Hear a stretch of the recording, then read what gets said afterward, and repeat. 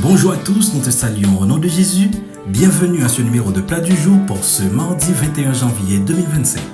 Aujourd'hui, notre plat est préparé dans le livre de Genèse, le chapitre 1er, les versets 1 à 3. Au commencement, Dieu créa les cieux et la terre. La terre était informe et vide, il y avait des ténèbres à la surface de l'abîme et l'Esprit de Dieu se mouvait au-dessus des eaux. Dieu dit que la lumière soit, et la lumière fut. Dès les premiers versets de la Bible, Dieu intervient dans une situation de chaos, de vide et de ténèbres pour instaurer un ordre parfait. Cette transformation radicale n'est pas seulement une action créatrice extérieure, mais elle illustre également ce que Dieu veut faire dans beaucoup de vies. Une vie informe et vide est une vie marquée par le désordre, accablée par des problèmes de toutes sortes, des échecs ou des défis. Une vie submergée par un chaos intérieur et un profond sentiment de désespoir. Une vie vidée de tout sens où les profondes ténèbres du péché se meuvent en permanence. Cette description peint parfaitement la vie de beaucoup de personnes en ce moment, qui, dans leur désespoir, tentent de combler ce vide par des plaisirs éphémères comme l'alcool, la drogue, le sexe, les relations sans engagement, la prostitution, l'homosexualité ou encore la poursuite à tout prix des richesses matérielles. Pourtant, tout cela échoue à donner un sens véritable à leur existence, car ce vide en eux a une seule forme, la forme de Dieu. Seul Dieu, par sa lumière, peut transformer une vie informe et sans espoir en une existence remplie de sens et d'épanouissement spirituel. Une vie informe, cherchant à trouver une forme dans les pratiques de ce monde, une vie vide de sens, cherchant à se combler dans les plaisirs de ce monde, est ce que l'apôtre Paul appelle une vie conforme au siècle présent. Dans Romains 12, le verset 2, il exhorte en ces termes « Ne vous conformez pas au siècle présent, mais soyez transformés par le renouvellement de l'intelligence afin que vous discerniez quelle est la volonté de Dieu, ce qui est bon, agréable et parfait. » Il souligne ici le danger de se conformer au siècle présent, c'est-à-dire de prendre la forme du monde en adoptant ses valeurs et comportements souvent déconnectés de Dieu. Et Dieu appelle à une transformation par le renouvellement de l'intelligence, c'est-à-dire à aller au-delà de la forme de ce monde, en subissant une nouvelle création par la lumière divine afin d'avoir la forme de Dieu. Jésus-Christ étant cette forme parfaite de Dieu et cette lumière qui fait dissiper les ténèbres du péché. Colossiens 1er, verset 15 nous dit « Il est l'image du Dieu invisible, le premier-né de toute la création. » Jésus-Christ est la forme visible de Dieu, l'image parfaite à laquelle nous sommes appelés à ressembler. Par la transformation que produit le Saint-Esprit en nous, nous sommes progressivement conformés à cette image. Cette transformation est un changement radical où nos pensées, nos désirs et nos actions s'alignent avec ceux de Jésus.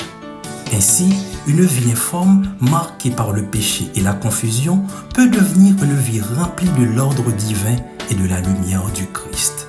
Jean, parlant de Jésus comme étant la parole faite chair et la lumière des hommes, a écrit « En elle était la vie, et la vie était la lumière des hommes. La lumière brille dans les ténèbres, et les ténèbres ne l'ont point reçue. » Et pour renforcer cette déclaration, il a aussi rapporté les paroles mêmes de Jésus dans Jean 8, verset 12. Jésus leur parla de nouveau et dit « Je suis la lumière du monde. Celui qui me suit ne marchera pas dans les ténèbres, mais il aura la lumière de la vie. » Dans vos ténèbres personnelles, Jésus est la lumière qui illumine tout. Aucun péché, aucun désordre, aucune situation désespérée ne peut résister à la puissance transformatrice de sa lumière.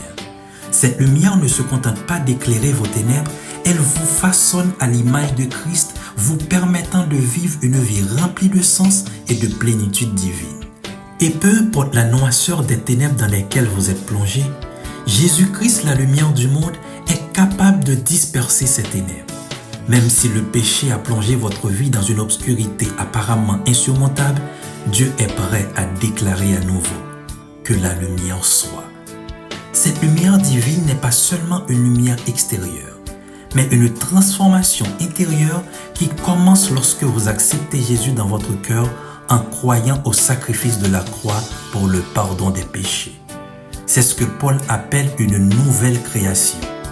Si quelqu'un est en Christ, il est une nouvelle création. Les choses anciennes sont passées, voici toutes choses sont devenues nouvelles. Comme au commencement, l'Esprit de Dieu plane aujourd'hui encore sur des vies chaotiques et désordonnées, prêt à agir si vous lui ouvrez la porte. Il est sur le point de commander une nouvelle création en vous. Jésus, la forme parfaite de Dieu, est prêt à combler votre vide, à transformer vos ténèbres en lumière et à donner un sens éternel à votre vie. Peu importe où vous êtes ou ce que vous traversez, si vous acceptez de suivre Christ, Dieu commencera à bâtir quelque chose d'extraordinaire en vous. Si votre vie est informe et vide, c'est le péché qui l'infirme. Cessez de vous conformer à ce monde. Soyez transformés par Jésus, la forme parfaite de Dieu et la lumière qui dissipe les ténèbres de ce siècle. Que la lumière soit dans votre vie. Bon appétit, bonne journée, soyez richement bénis au nom de Jésus. Merci bon Dieu pour bon moi parole ça. L'aime décourager li pas moi force. L'aime quand l'aime moi soif moi supporter. Parole ça gain beauté la donne. T'as pu pas quitter le passé au matin. Pour pas prendre rendez-vous avec moi. Ça me pas gêné.